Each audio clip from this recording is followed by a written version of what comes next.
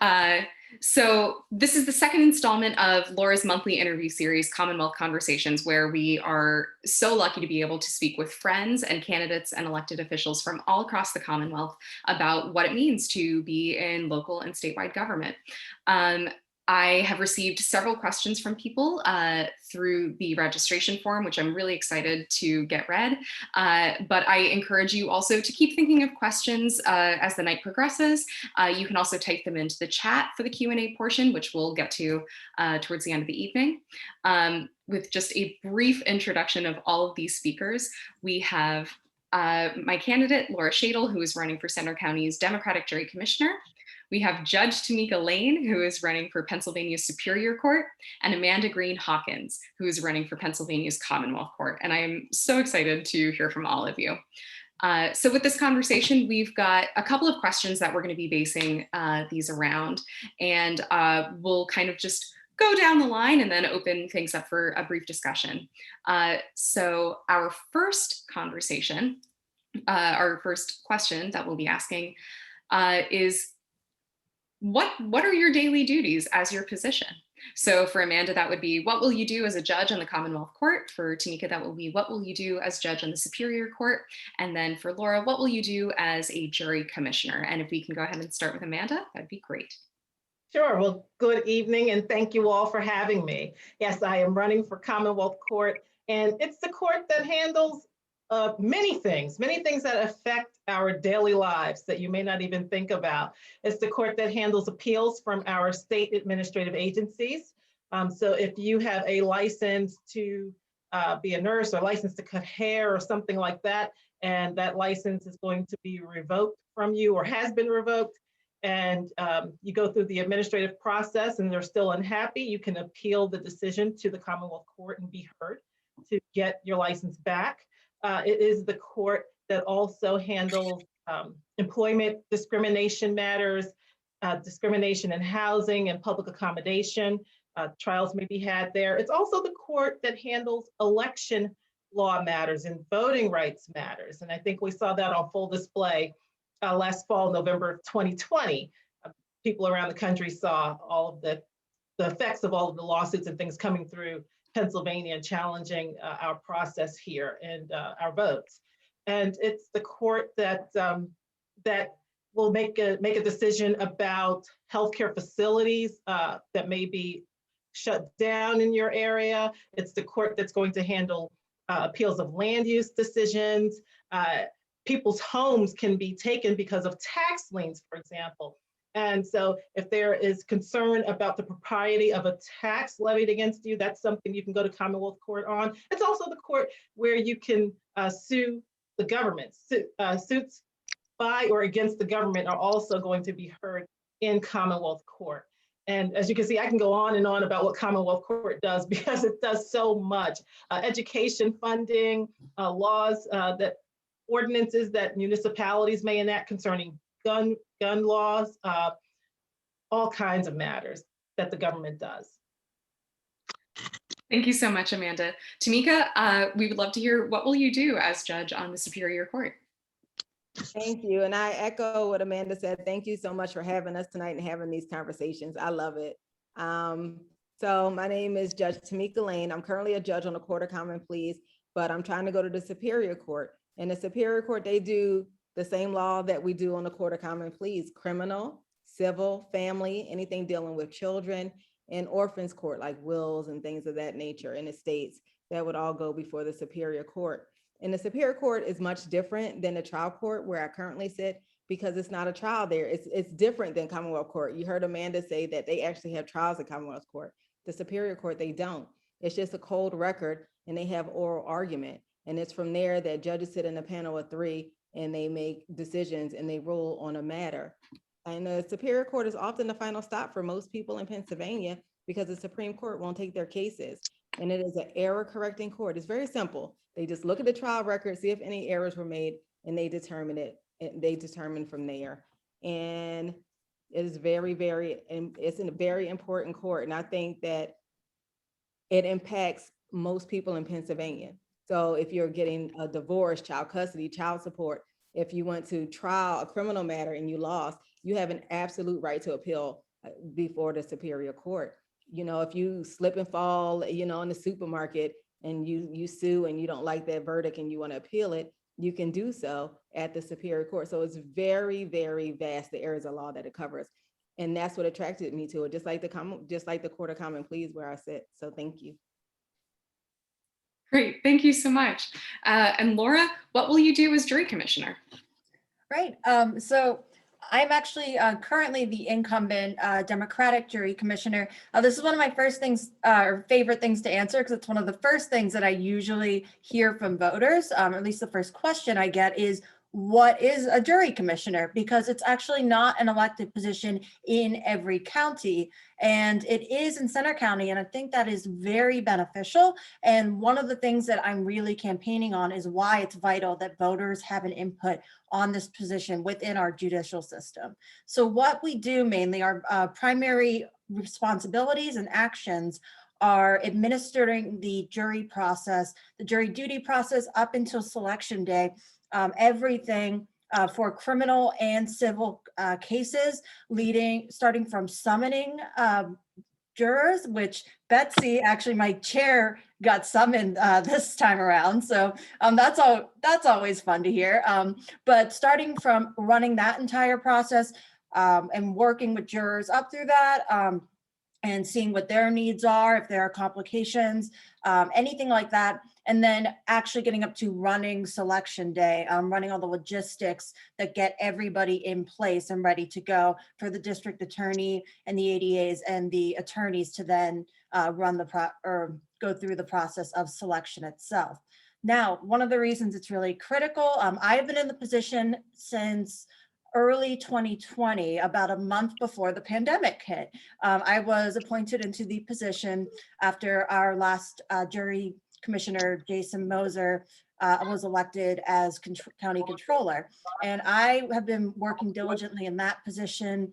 I like to make the joke that it was kind of a trial by fire in the way that I got to learn a lot of things, because we were very much like everyone in county government and any position in government, we're in crisis mode.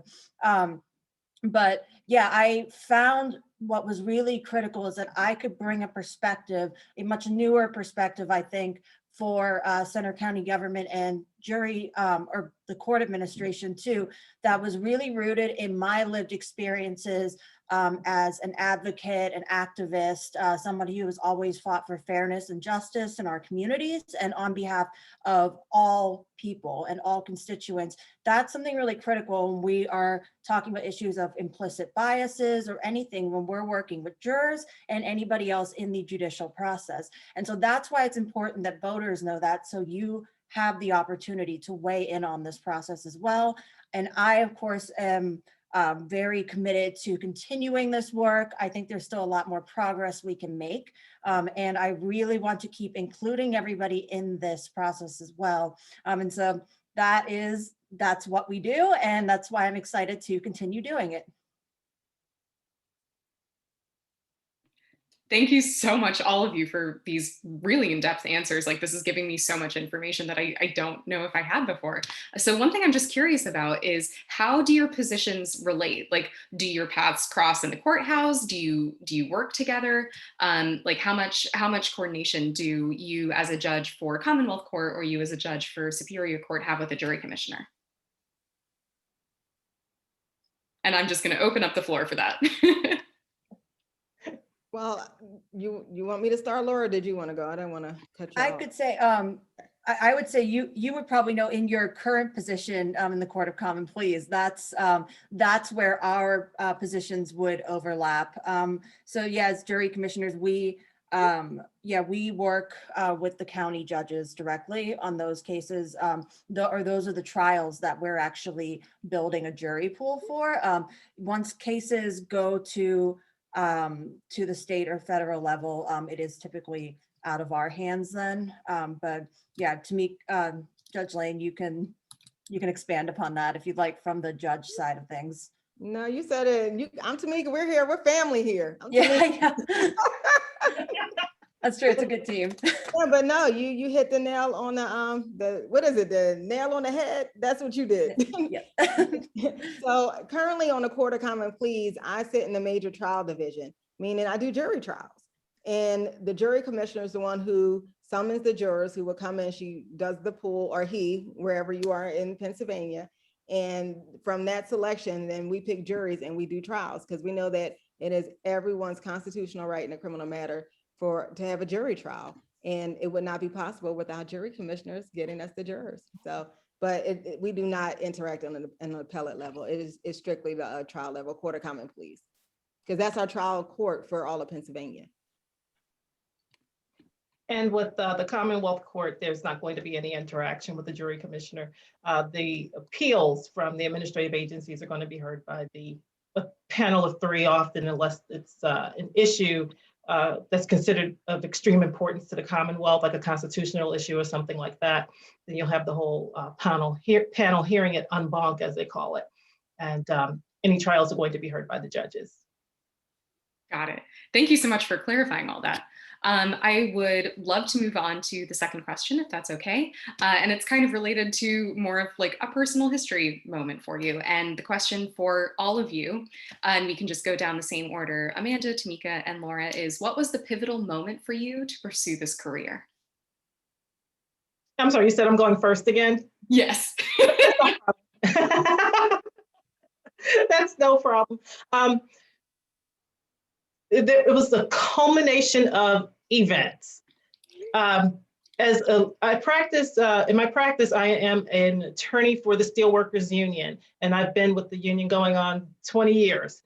And I have seen so many changes in the judges on the federal level, in the state court level, based on administrations that come in, based on political persuasions. And I have it's gotten to the point where when I would go to court, I would be in front of judges who had no experience or background in union side labor law. Decisions coming from the bench would be totally different than expected on precedent a lot of times, and seems to go with political persuasions. And I would always be in front of a panel. I would be in appellate court, 3-judge panels with no judges who look like me, no person of color. Very few judges of color have I appeared before. And we have people concerned about bias in our system. I've been talking about this for years, and it's a shame that I still have to talk about this, but people are concerned about bias in our judicial system from some judges based on their race and their gender and their age. And people may say, you know, oh, that's not happening. But even just as recently as last year, we had a situation where a judge here in Allegheny County was accused of making racially inflammatory remarks about a juror, and that judge has recently resigned. So even whether it's true or not, it still validates the reason for concern about bias in our system.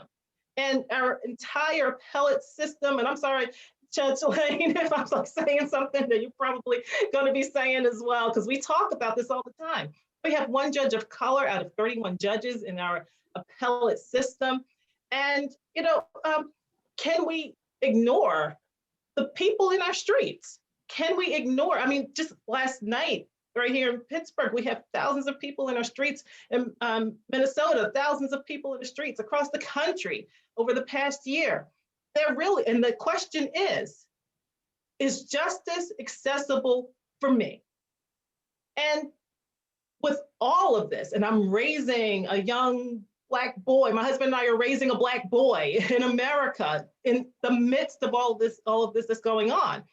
I am compelled to do something and to take my talents and my skills and get in where it fits in. And that's certainly Commonwealth Court, and be part of the change that I want to see in our judicial system. That's what makes me do this. Thank you so much for speaking on this experience and, you know, that acknowledgement of we are trying to make these changes now so that the generations to come can thrive and flourish, and we'll continue that fight for them. Judge Timika, I'm going to pass this off to you. Same question. What was the pivotal moment for you to pursue this career? Well, I think there are so many, because I didn't grow up even thinking that I would ever be an attorney. I grew up wanting to be a secretary because I had never even had exposure to anyone in the legal profession. So this is not something I could have even dreamt of where I am today.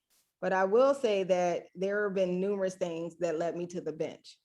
And when I got here, there are things that are calling me to a statewide appellate position. And I'll give you an example. When I was a public defender, I was in court and I was assigned to a major trial judge. So that means I would have multiple trials on that list in that room a day. And I represented a woman. She was on probation. She was just coming in for a status hearing. And she had borrowed bus fare because she didn't have enough money to get there. She came with her baby who was in Pampers. And she was doing everything she was supposed to do. She was doing so, I was so proud of her. And so when her case got called before the judge, the judge asked where was her $50. And I'm explaining, she didn't have it. She is unemployed, but she's looking here. Look, it's been verified that she's trying. She borrowed bus fare to get here. And the judge found it extremely disrespectful that she didn't have $50. And I had like $10. I'm a public defender, we make no money. And I'm like, Judge, here's $10. And the judge said, absolutely not. That's disrespectful to this court, and actually locked her up. And she said, call Child Protective Services to take her baby. And I'm like, no. I said, give me some time to find someone from her family who can come get the baby. So the judge said, fine, I'll give you an hour. And if no one from her family comes to get this baby within an hour, I'm calling Child Services, because she thought it was a ploy that the woman brought her baby because she knew she would get locked up because she didn't have $50. And while I waited for the young lady's father to come and get the baby, the judge said, well, you still have matters on my list and I'm not taking a break. So I am trying the case with the baby on my hip and until her father came. Thank God he came within an hour on the bus, but he made it. So I think there are so many things like that I witnessed as an attorney that really prepared me to run for judge. And then when I got on the bench, we are elected and we are different. We're very different people. And we would have many conversations with our colleagues about things that were going on and how some of those things really affected the judges of color. And for those who are aware, there was a cure report in the First Judicial District in Philadelphia about all the racial issues going on inside our judicial district. And we can't just keep sitting around talking about this and that. We have to really, and Amanda took my phrase, I've been saying it for years, and it's on my wall in my robing room in court, that you have to be the change that you want to see, because we can't keep sitting around complaining. And I know that the Superior Court is often the final stop for most people in Pennsylvania. And 70% of those 8,000 cases are coming from criminal court. And disproportionately, brown and Black people are affected by criminal law. And we really need representation and we need a voice at the table. And that propelled me to run. And yesterday, I was speaking to a 10th grade class. And, we just talked about like the courts and I was like, ask questions. And by the time we got done, so we said, put one word in the chat to describe this. And all the Black girls said inspired. They said, I never saw a Black judge before. And it's like reasons like that I'm here and I do what I do, because that it's possible. You see me, so you can do it and better than what I'm doing it. So. Thank you. I mean, it's clear that all three of you represent such underrepresented and marginalized communities. And I'm so thrilled that all three of you are in the positions that you are to be able to provide this voice for people. Laura, same question. What was the pivotal moment for you to pursue this career? Right. And so what I would say is there are things that both Amanda and Timika talked about that I can definitely hone in on. I would say in terms of a pivotal moment, I think it was more of a culmination of events. I know specifically how I came to the role, and it was really learning more and more about what jury commissioner was, just knowing, befriending Jason Moser and actually hearing more about the position and the work that he did, and not just what you would do on selection, but what was really important, again, about having this open mind and kind of this perspective that is rooted in justice and equity when we're even doing simple things like, or what seems like simple things, but like database management. There are often conflicts over, or there have in the past been conflicts over whether or not you permanently excuse somebody if they're not an immigrant, or if they are an immigrant, if they're not a citizen. The answer is you do not do that, because we have no way of knowing if they're in the process of becoming an immigrant. But there were actually moves originally to do that, and that is a huge problem. And it's the same with, say, certain student portions within Center County. And there's a lot of things that go into that process of managing the database that can drastically affect the then randomized jury pool that we have. In a way, if we're not handling that fairly, it's not randomized. And that's a huge problem for our entire system, because that means no matter what's happening at any other level, when we're coming up to a trial, then if we do not have a fair and balanced jury of one's peers, that everything is slanted then. Everything is tainted in that sense. And I would say beyond that, another really critical, this was really a moment for me as once I got in the position and once I started working, I realized I was aware, I think, because both Amanda and Timika talked about this too, there have been cases with, racist remarks made by judges or issues like that. We've had cases like that are well known in Center County. That's a problem. And that will happen at every level of government too. And what's really critical is that, and I would say especially if you're someone who is not directly affected by that, like for example, I carry an immense amount of privilege as a white woman in this system. I have to come in and say something when I hear it, because people are going to say things that they would say around me that they wouldn't necessarily say around somebody else. And we have to say something. And one of the reasons my logo is like red lips, it's not just because that's my aesthetic. It's there's a reason. There's many movements, you probably know, that actually are the symbol is red lips, and it symbolizes speaking out. And that is something that I'm really passionate about. No matter what position we're in, we have got to use whatever office we hold, whether it be an authority title, elected official, anything, we have got to be using that to fight for everyone else, especially people who do not have a voice directly in the room. And that is what I really found out how critical that was once I was in the position, and just inspires me and keeps me fired up to continue that work. And I think we're bringing a lot more people into that mindset too, especially in local government. Great, thank you so much. Moving on to our third question, and it's the same for Amanda, Timika, and Laura. What key elements of fostering justice and inclusivity in the Commonwealth are important to you? And Amanda, we'll kick it off with you again. No problem, I'm ready. What key elements of promoting fairness and inclusivity are important to me? That's what I'm hearing. And as I think about promoting fairness and inclusivity, the key things that you get from that are go beyond diversity, which is often seen as the way to address the isms in our society, sexism and racism. Oh, we just, add more women or add more people of color and stir and we'll fix it, right? No, we need the inclusivity, the part where people's voices are heard and valued and part of the discussion of justice and fairness. And what we get out of that, I think, is more confidence in our judicial system.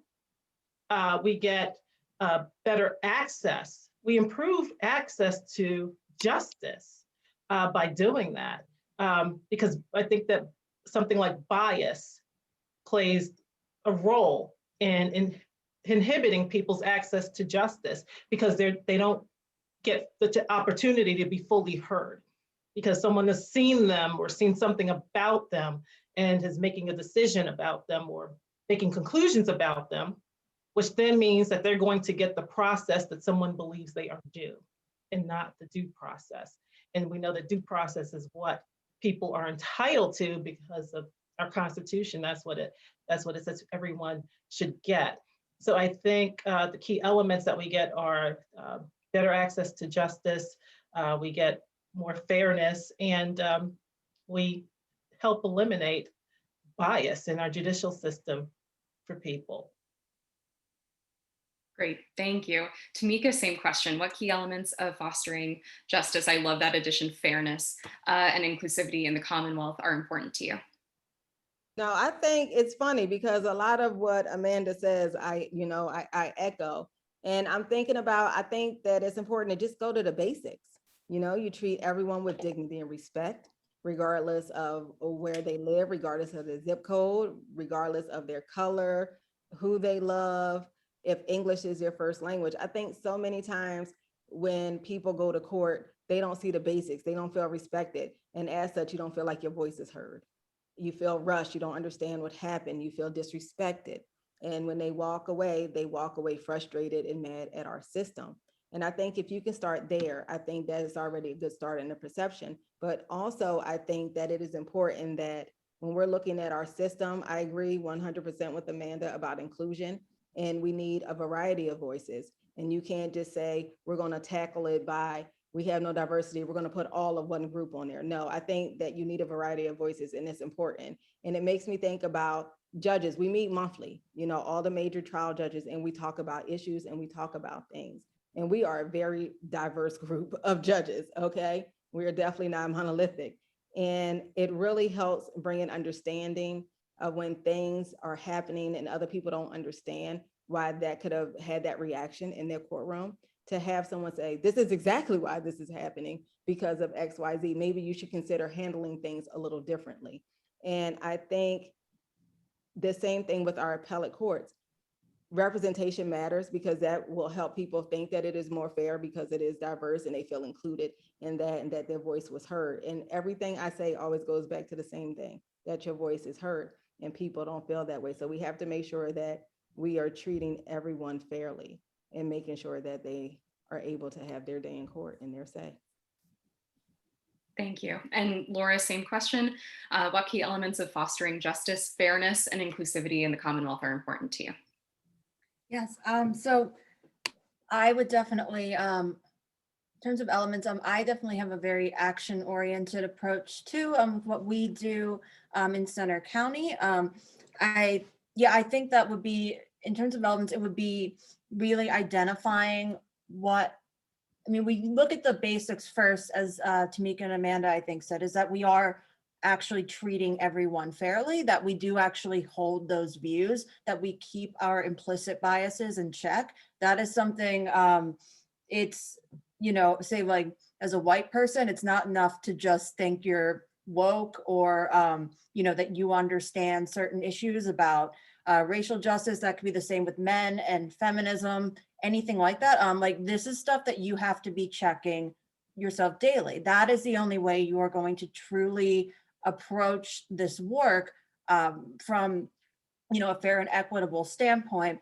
And then one of the things too is I did kind of bring this too, and it was interesting how some people have reacted to it, but I'm the first LGBT or openly LGBTQ candidate running countywide in Center County, to our knowledge anyway, but I don't think there would be any cases of that before we have records of, but that I am, through that advocacy on behalf of my own, my own status, I am at least cis, but I do really look at kind of trans representation too, because we've come a long way with just, dealing with the binaries of, say, homophobia. We still have a long way to go, especially within the judicial system. But we have to look at little things like, why are there only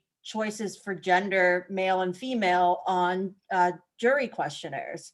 That is something we're working to get changed. And, there's little things. The thing is, they're not little things. They're very critical, and but the way that we can make it happen, somebody just has to say something. And then we get that process done. And so that's really been my focus. And I think where my priorities are is just kind of checking myself, identifying where we're at and what we can be doing better, and then seeing how we have to go about it. And as long as that's rooted in the right principles that we're discussing tonight, I think we just continue to make progress. Great, thank you. Well, time has certainly flown by. In our last 5 minutes, I would love to open this up for a Q&A, and I am happy to kick this off with a question from Tiara Williams, who is running for Ferguson Township Board of Supervisors. She was supposed to be able to make it tonight. She unfortunately was not able to attend, but I wanted to read her question just to get some answers from you. What does justice look like for the Black and African American community in the Commonwealth? How do we make certain that justice isn't imposed on just us? And I will open this up in the same order, kicking it off with Amanda again. Whoa. This, there's so much that can be said about this, because when I think about justice and what justice is, to me it means fairness, and it could also mean equity in many ways, because I think the two are different. And justice and fairness for the Black community. That's the question, right? Specifically about the Black community. Okay, I just always like to make sure I'm trying to answer the question. It extends to so many things. It's not just about the day in court and due process and the day in court. To me, it's about all of these structures that are crucial to someone's participation in our country, in our economy, in our society and economy. So we're talking about voting, we're talking about education, we're talking about healthcare, we're talking about the environment, we're talking about housing, we're talking about employment. And when you look at these 6 areas, and think about it, could be more even. These 6 areas are generally fundamental to our participation in our society and in our economy. And once you get an ism like racism or sexism embedded in it, you can see how someone's whole world can start to crumble or not even be built at all. So to me, equity, justice, and fairness would demand that the isms be gotten rid of, and that everyone is operating in the same, on the same plane in each of those areas. And so it's a huge undertaking, I understand. Can we get there? If we work together, we certainly can. We have to work together in order to do that. It's not just something that the judicial system can fix by itself, because that's also an area in our lives that is susceptible to these isms being built in and part of the history in our society. So that also has to be addressed in our judicial system. Great, thank you. Timika, same question. What does justice look like for the Black and African American community in the Commonwealth? How do we make certain that justice isn't imposed on just us? I guess, well, listening to Amanda, she really expanded how I took that question initially. I was just applying it to our judicial system. So I'll just start there since that's what came to mind first. And I think it starts just with equality. Everyone wants the same thing. Everyone wants to be treated fairly. Everyone wants to go in without preconceived notions or being a stereotype.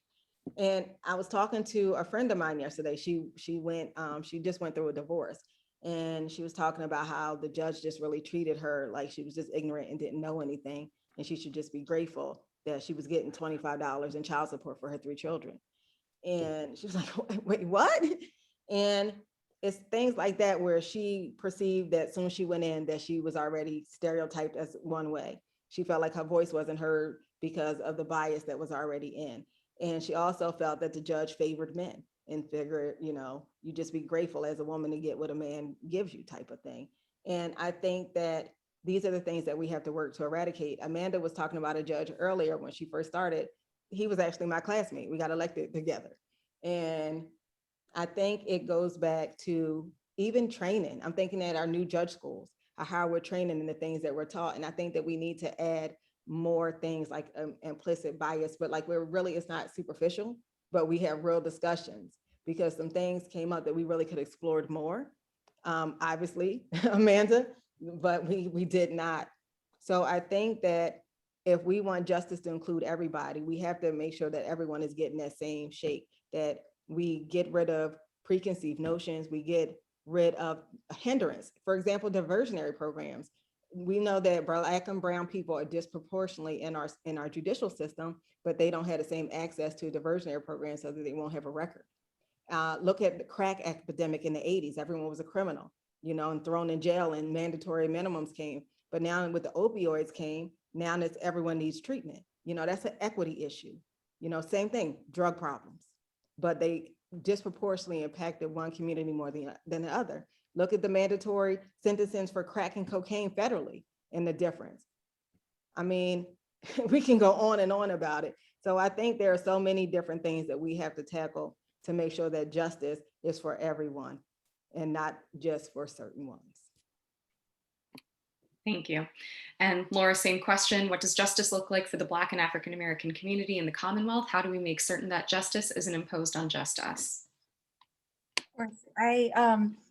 I know this is something there are a lot of different elements of that too. I was also initially thinking just the judicial system, but I think there is, at least maybe in center-left politics, that, a notion that you can solve everything by voting or fixing things within the legal system, and that's going to be the change. And we do need to do all of this. We absolutely do.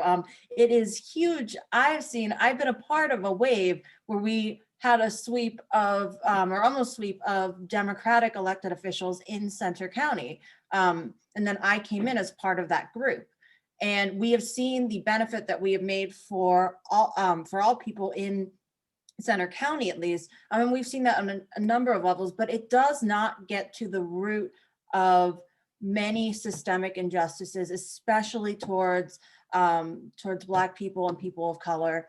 It is something that ultimately really has to come from organizing in the streets, organizing our communities, really taking over any kind of educational aspect of it, because we're not learning an accurate history. I don't think we ever have in America in terms of race. And it really is going to come from all that. And, I've experienced recently, just in my little, over a year, about a year and a half now, just working in this position, that there has been some criticism that I should not be involved in any community organizing or specifically Black Lives Matter advocacy in Center County because it was controversial. And I have to question to whoever is, when someone brings that up, why is that controversial to you? Why does the statement Black Lives Matter, why is that controversial to you? Because I think that's a problem we need to address first. And it is certainly not something that would negatively impact the work that we do within the judicial system. If anything, it's better because I now have more experience learning and understanding what's happening from more people's perspectives that are not my own. That is what we should all be doing. And I think that's the only way we actually do achieve justice. And especially in terms of racial justice. And I think that's what we're going to keep doing. But yeah, I agree. It's going to have to come from laws, from working within the judicial system to make progress here. It's going to have to come from changing our society. There's got to be a cultural shift in the way that I think there has been in recent years, but we've got a long way to go. But it's going to be multifaceted. It's going to take all of these things and all of these people coming together. And when we do that, that's when we're going to see real change to happen. And there is no end point there. We just have to keep going and going and going. Great, thank you. I know we went a few minutes over, but I am so deeply grateful for all of your insight, all of your shared knowledge, all of your shared lived experience. This has been such a joy, and thank you for sharing your Thursday evening with us. We'll be in touch shortly. Enjoy the rest of your evenings. And with this, I'm going to say goodbye to everyone and go ahead and end the meeting. Have a good night, everybody. Thank you for being here. Bye, Philadelphia. Good night. Yeah. Thank you. Bye, everybody. Thanks, guys.